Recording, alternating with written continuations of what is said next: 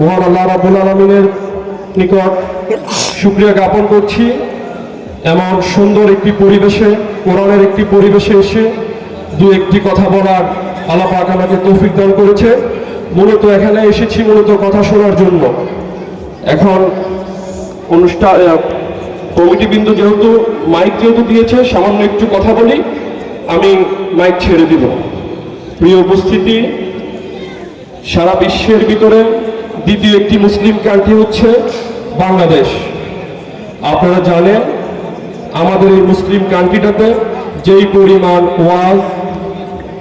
ওয়াজ জশ্নে জুলুস প্রতি শুক্রবারে আপনার যাই আমাদের হুজুররা তাফসির পেশ করেন। এত তাফসির আমাদের হুজুরদের এত অক্লান্ত পরিশ্রম করে তাফসির পেশ করেন। তারা অনেক দূর দূরান্ত থেকে এসে আমাদের মাঝে কোরআনের বয়ান আমাদের মাঝে করেন, কিন্তু আমরা দেখি আমাদের সমাজে আমরা কতটুকু আসলে নিতে পারতেছি। আমরা আসলে আমাদের ভাইয়ের হক আমরা বুঝে দিতে পারতেছি না, বোনের হক আসলে আমরা বুঝে দিতে পারতেছি না।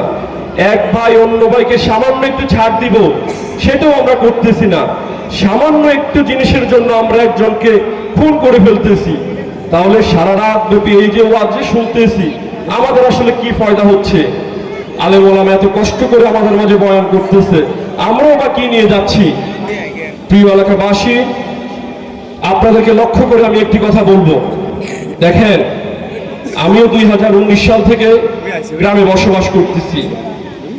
আমাদের এখানে কিছু একটা সমস্যা হলে আমরা একটা গ্রুপের কাছে আমরা চলে যাচ্ছি, তাদের কাছে আমরা চলে যাচ্ছি। দেখেন, আপনার মাথার সমস্যা হলে আপনি কিন্তু মাথার ডাক্তারের কাছে যাইতেছেন, দাঁতের সমস্যা হলে আপনি দাঁতের ডাক্তারের কাছে যাইতেছেন।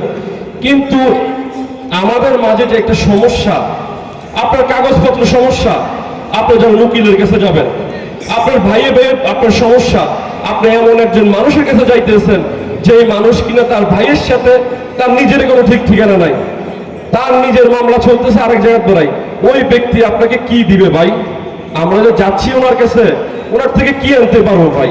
প্লিজ, যেই সমস্যা যেখানে গেলে সমস্যার সমাধান হবে, আমরা ঠিক ওই জায়গায় যাব। আর এই কথা বলে আমি আমার সংক্ষিপ্ত আলোচনা শেষ করছি।